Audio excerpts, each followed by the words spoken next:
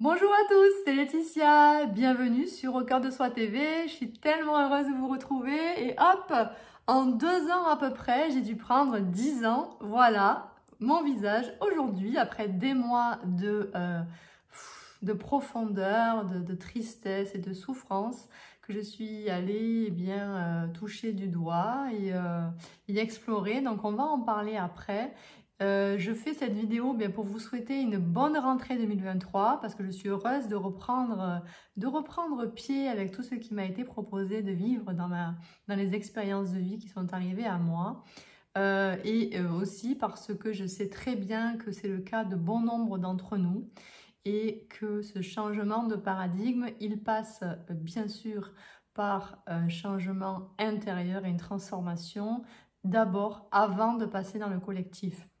Et donc c'est pour ça que je fais cette vidéo, parce que pour moi, chacun a son rôle à jouer, de transformateur, d'alchimiste, de transformer ce qui est notre corps de souffrance en lui laissant moins de place, non pas pour le diminuer, le dénigrer, mais au contraire, pour le regarder, pour l'observer avec bienveillance, avec douceur et pour se laisser traverser par des émotions qu'on a refoulées peut-être pendant des années, par peur de les vivre, par peur de les laisser traverser. Quelquefois, ce sont aussi comment on pourrait dire ça, des peurs irraisonnées, des peurs complètement disproportionnées par rapport finalement, lorsque l'émotion passe, ce n'était pas si difficile que ça et c'était réalisable.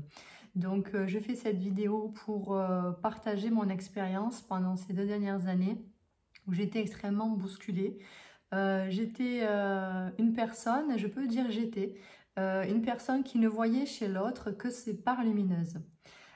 Du coup, je ne m'axais que là-dessus. Je ne voulais pas, j'occultais complètement les parts un peu plus sombres, ce que j'appelle sombres, mais je peux dire également des parts de souffrance, des parts de ce qu'on peut appeler des défauts ou alors des traits de caractère, mais qui ne sont pas issus d'un espace de cœur, qui sont issus d'un espace de souffrance, d'un espace blessé. Avant, je ne le prenais pas en considération, je l'occultais complètement. Et j'étais vraiment en focus sur les ressources, sur ce qui est le plus lumineux en soi et comment en fait le mettre à jour. Et aujourd'hui, j'ai changé en fait de focus, j'ai changé ma façon de voir les choses parce que j'ai traversé moi-même des parts mais les plus sombres qui puissent avoir à l'intérieur de moi et aussi énormément de tristesse. Ce sont des espaces que je ne voulais pas aller voir, par peur de perdre cette connexion à la lumière, justement à l'amour, à ce que j'ai de plus lumineux en moi. Je me suis rendu compte qu'en fait, c'est tout le contraire. Je m'étais trompée, je ne peux pas dire trompée, c'est une expérience aussi. C'est que aujourd'hui, en tout cas, je ne sais pas si je me suis trompée ou pas, mais aujourd'hui, ma vision des choses est différente. C'est que je ne peux pas aujourd'hui comprendre ce qu'est l'amour si je n'ai pas compris son contraire. Je ne peux pas expérimenter la beauté si je n'ai pas vu la laideur de ce monde.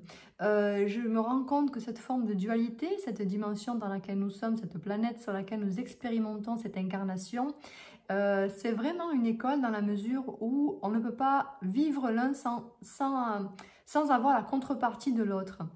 Donc aujourd'hui, j'accompagne donc les personnes sur un chemin effectivement d'évolution personnelle, mais aussi de prise de conscience pour un épanouissement.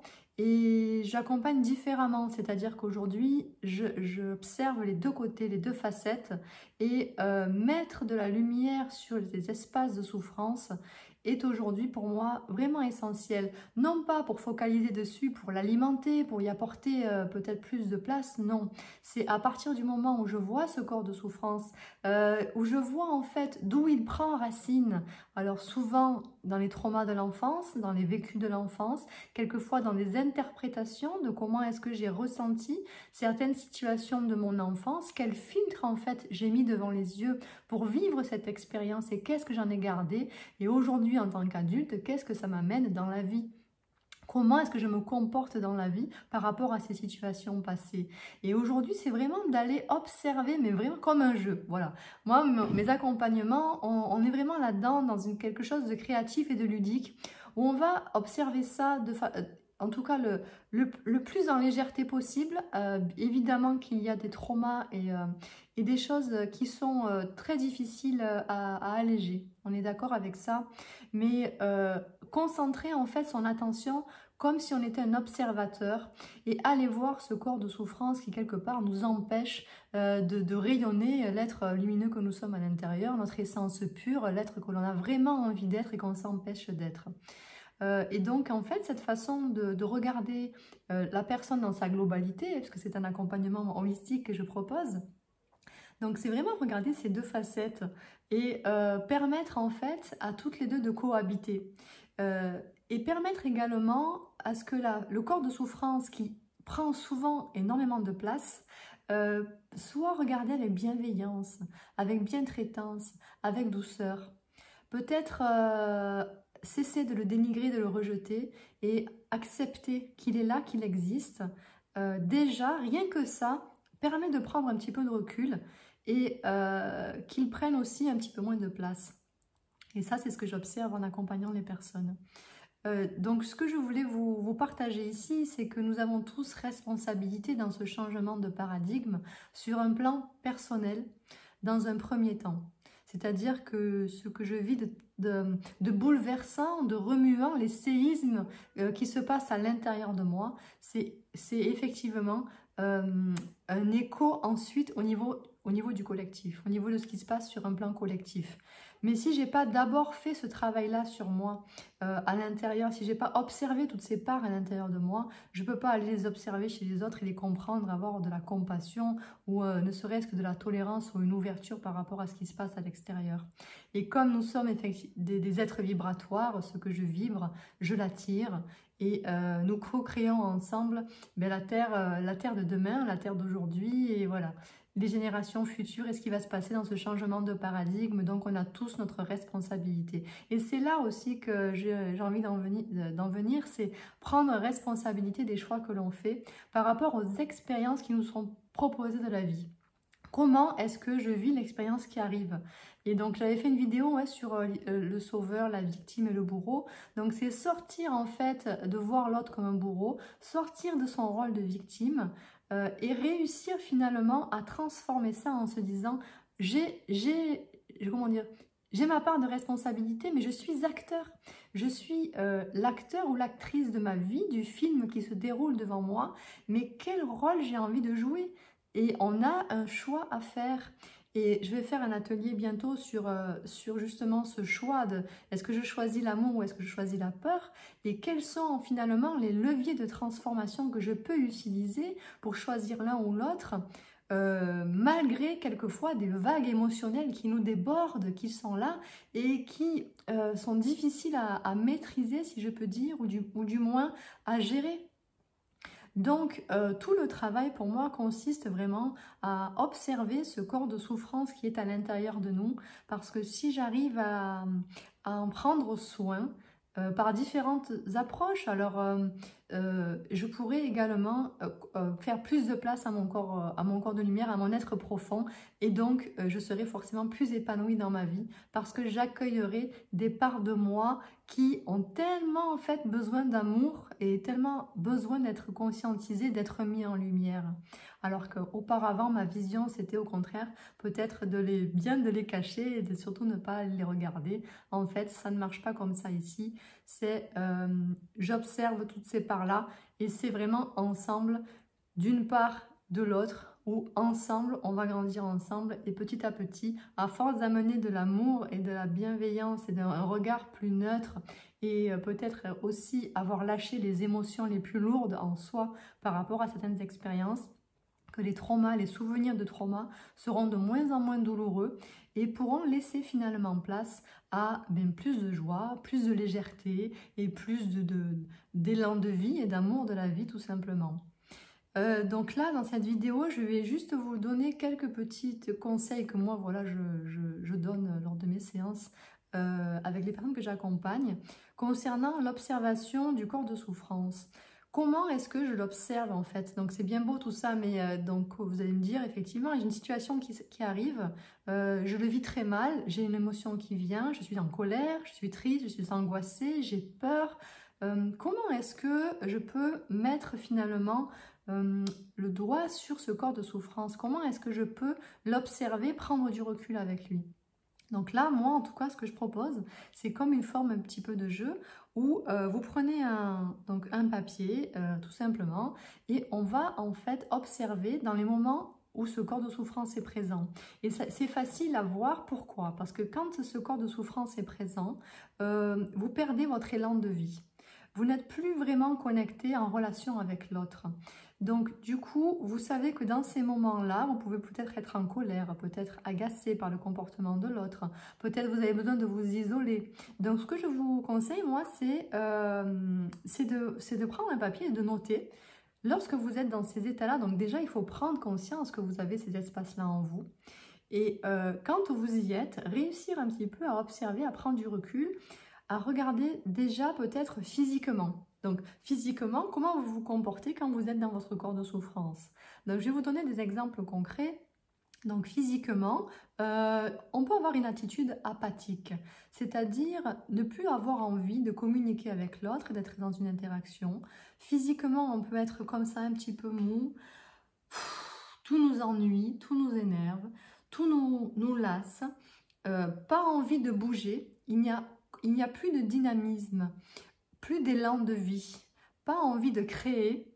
Donc physiquement, ça peut déjà être un petit point d'approche que vous pouvez avoir, c'est-à-dire regarder dans mon comportement physique comment je suis quand je suis dans mon état un petit peu, dans mon état de souffrance, dans mon état de tristesse. Comment je me comporte physiquement? Est-ce que je suis comme ça? Est-ce que je suis quelqu'un de mou? Est-ce que je me sens sans énergie, plus envie de rien? Comment mon corps, est-ce que mon corps se déplace dans des mouvements très lents? Est-ce qu'au contraire, je suis dans une hyperactivité? Comment est-ce que mon corps physique m'alarme, quelque part m'alerte de cet état? Par rapport à l'appétit, ça peut être aussi un indice. Est-ce que j'ai appétit? Est-ce que j'ai envie de manger 2 fois ou 10 fois plus que d'habitude? Ou est-ce qu'au contraire, je n'ai pas faim du tout? Ça, c'est important à noter.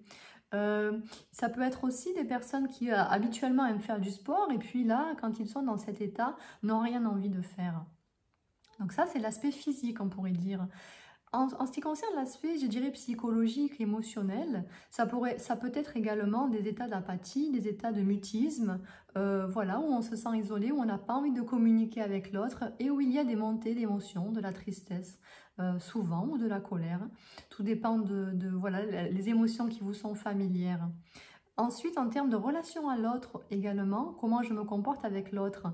Est-ce que je suis enclin, quand je suis dans ces états-là, à m'épancher peut-être pendant des heures au téléphone avec des amis, à devoir déverser des choses au travers peut-être de musique, au travers de l'art, au travers d'une créativité quelle qu'elle soit pour sortir ce que j'ai à l'intérieur, mais cet espace qui s'exprime, c'est l'espace du corps de souffrance. Et c'est pas un espace du cœur, c'est un espace qui a besoin de s'exprimer parce qu'il n'est pas regardé. Donc ça aussi, c'est important de savoir quand vous avez ces états-là qui s'expriment à l'intérieur de vous. Donc on a dit donc le physique, l'émotionnel, la relation à l'autre. Qu'est-ce qu'on observe aussi? Ah oui, la voix, la façon de parler. Donc, lorsque l'on est, par exemple, donc j'ai parlé tout à l'heure de mutisme, certains ne parlent pas, mais d'autres, par exemple, peuvent développer dans des moments comme ça, où vous êtes connecté à ces espaces, peut-être un vocabulaire un peu châtié, peut-être une façon logoréique de parler très rapidement, avec des mots que vous n'utilisez peut-être pas d'habitude, peut-être aussi le ton de la voix. Comment est-ce que ma voix se pose? Est-ce qu'elle est posée? Est-ce qu'elle est calme? Est-ce qu'elle est apaisée? Ou au contraire, est-ce qu'elle est peut-être un peu plus grave quand je suis dans mon état, dans mon corps de souffrance? Est-ce qu'elle est plus grave? Est-ce qu'elle est triste? Est-ce que je sanglote? Est-ce que ma respiration est accélérée ou est-ce qu'elle est ralentie? Est-ce que le son de ma voix va plutôt vers les aigus? Donc voilà, tous ces petits tips, ces petits conseils que je vous donne sont en fait là pour essayer de transformer ces états vraiment très difficiles à vivre. Et honnêtement, voilà, je suis passée par là ces derniers mois, voire ces 2 dernières années. Et ça a été vraiment bousculant et en même temps et bien transformateur parce que nous sommes tous en fait des alchimistes et nous sommes là aussi là pour mettre en lumière ce qui n'a pas encore été vu. Et cette façon de prendre du recul et d'observer les choses que l'on exprime dans des moments aussi difficiles aussi, ça permet de prendre du recul et d'être un petit peu moins atteint. Et petit à petit, la répétition de ces exercices, de ces pratiques, permet aussi d'avoir peut-être plus d'ancrage, une plus grande stabilité lorsque de nouveaux événements arrivent, parce que on ne nous laisse pas non plus tranquille, hein. Je sais pas, mais en ce moment ça n'arrête pas, ça a été très très difficile. Je vous ferai une vidéo sur les deuils et les séparations, parce que je vais faire aussi un atelier dessus, et parce que j'ai perdu 2 personnes que j'aimais énormément et ça m'a beaucoup bousculé évidemment. Et voilà, et du coup, je pense que c'est important aussi de revenir sur le deuil et les séparations, mais ça, ce sera dans une autre vidéo. Voilà, donc je crois que j'ai tout dit ce que je voulais vous dire concernant en fait cette prise de responsabilité que nous avons tous vers ce changement de paradigme. Et je vous souhaite voilà, de prendre soin de ce corps de souffrance. Il y a différentes façons, différentes approches. Ça, il n'y a que vous qui pouvez percevoir les choses, qui pouvez sentir si vous êtes plus intéressé par des thérapies corporelles, psychologiques, psychocorporelles, par des thérapies artistiques, par des accompagnements, peut-être des thérapies brèves et comportementales, sur des petites séances, sur des espaces et des durées courtes. Il n'y a vraiment que vous qui pouvez ressentir ça, mais prendre soin de ces espaces difficiles, de ces espaces qui souffrent, de ces espaces, comment on pourrait le dire, de ces espaces blessés, c'est en fait la priorité. Et c'est parce que c'est ces espaces-là qui empêchent à l'être profond que nous sommes de pouvoir s'exprimer et s'expanser. Voilà, en tout cas c'est ce que j'ai compris ces derniers mois et je tenais à vous faire cette vidéo de partage, c'était très important pour moi et je vous souhaite de prendre soin de vous et je vous dis à très bientôt sur Au Cœur de Soi TV. Bye bye, ciao ciao.